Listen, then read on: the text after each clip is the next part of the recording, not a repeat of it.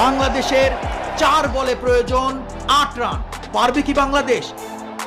বল করলেন বোলার, এবার কিন্তু ব্যাটে লাগাতে পারেননি। ওহো হো, তবে দৌড় দিয়েছেন তাসকিন। উইকেট কিপারের হাত থেকে বল ছুটে গিয়েছিল। যতক্ষণে বল ছুড়ে মারলেন উইকেট কিপার, তার আগেই কিন্তু ঝাঁপিয়ে পড়ে মাহমুদুল্লাহ রিয়াদ সম্পূর্ণ শরীরটাকে নিংড়ে দিয়ে ঝাঁপিয়ে পড়লেন।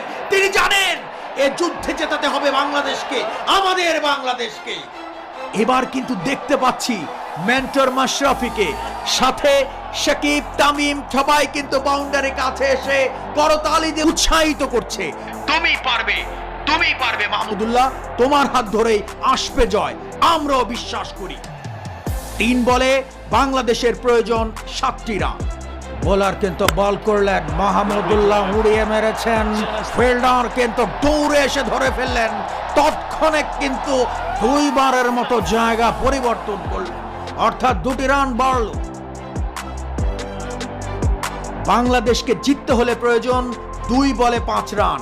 সবাই কিন্তু যার যার জায়গায় সৃষ্টিকর্তার নিকট প্রার্থনারত, আমরাও তাই। বল করলেন বোলার, আবারও কিন্তু ডট বল হয়ে গেল, অর্থাৎ শেষ বলের সমীকরণ 5 রান। এই টুর্নামেন্টের শেষ বলে জিততে হলে 6টি রান করতে হবে। পারবে কি বাংলাদেশ? পারবে কি মাহমুদুল্লাহ? শেষ বল, বল করছেন বোলার, কিন্তু না, ওয়াইড, অর্থাৎ 1 বলে 4 রান। শেষ বল, পারবে কি বাংলাদেশ? পারবে কি মাহমুদুল্লাহ?